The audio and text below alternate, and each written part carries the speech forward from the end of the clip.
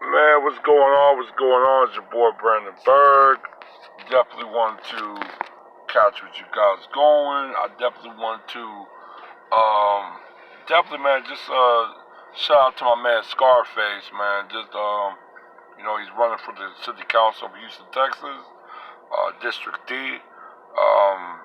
You're political. You go out to say your real name. So his real name is, everybody know him as Scarface in hip hop, but his name is Brad Jordan. So definitely want to give a shout out to him for taking a new step and really putting it on for your hood or putting it on for your city or to really put it on for the community.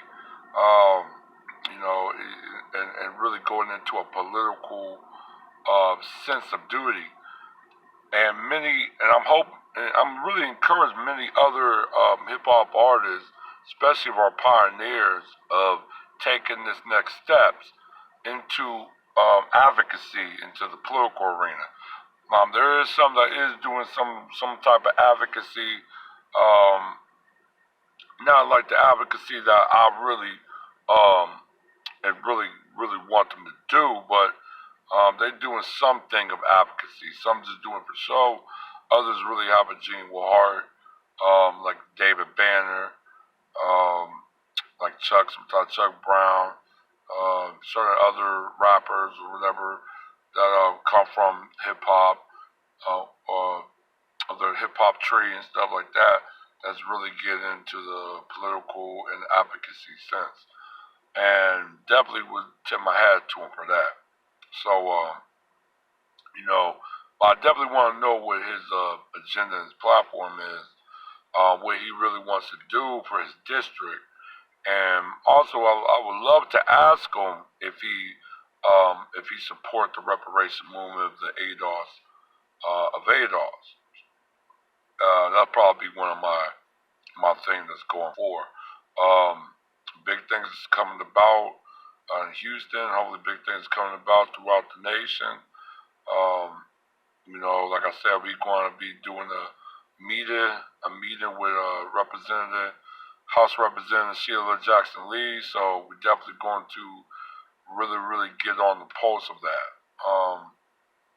I definitely really want to talk about the people of color. I know I've been trying to talk about it for some reason.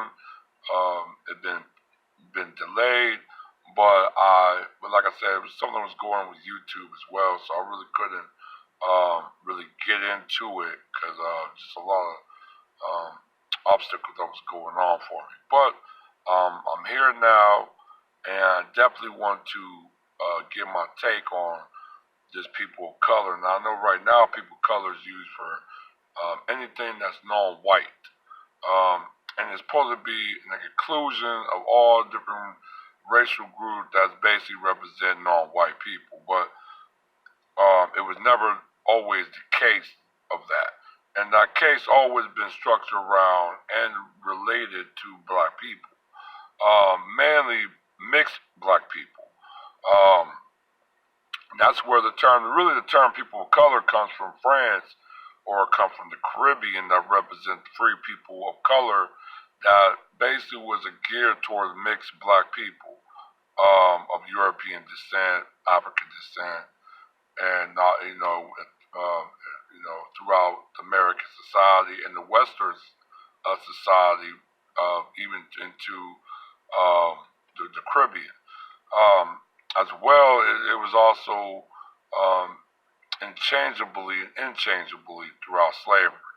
At that time, I think came out during the 1700s, and then it kind of morphed into something that we're doing segregation that just meant specifically for black people. Um, but it also used to be meant for black and Native Americans as well. If you was basically listed as color before 1830s around there, you was basically was labeled as a mixed black, mixed Native American. Then it was morphed into just black.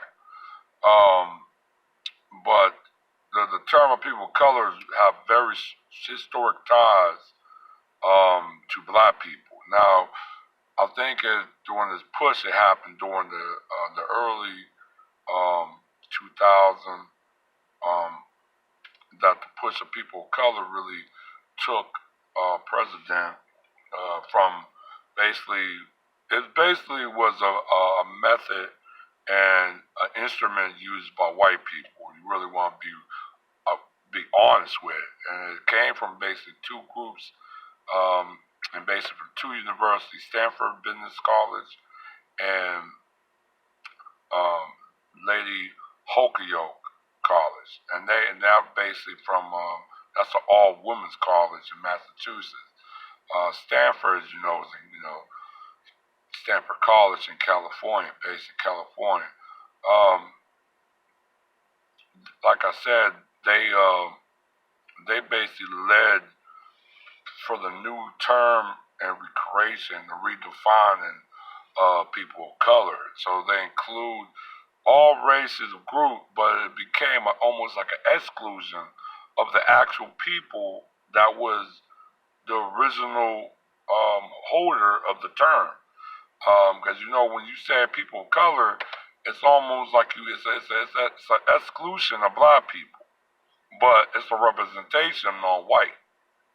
So, and I don't identify with people of color because of that exclusion method that came about in that term. So many blacks, I don't know, or ADOS or American Black we do not use the term people of color because um, it's one thing. It's a historical name that reference black people during the Jim Crow, from slavery to Jim Crow, and also was a representation of mixed people.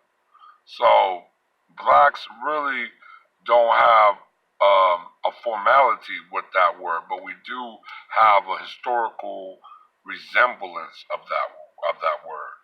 But just now, as you see, as the people of color is being used as more of a term, but in a racial epithet that's now being used to almost get other groups of society a leg up, while keeping um, blacks or ADOS or American Black down in the bottom.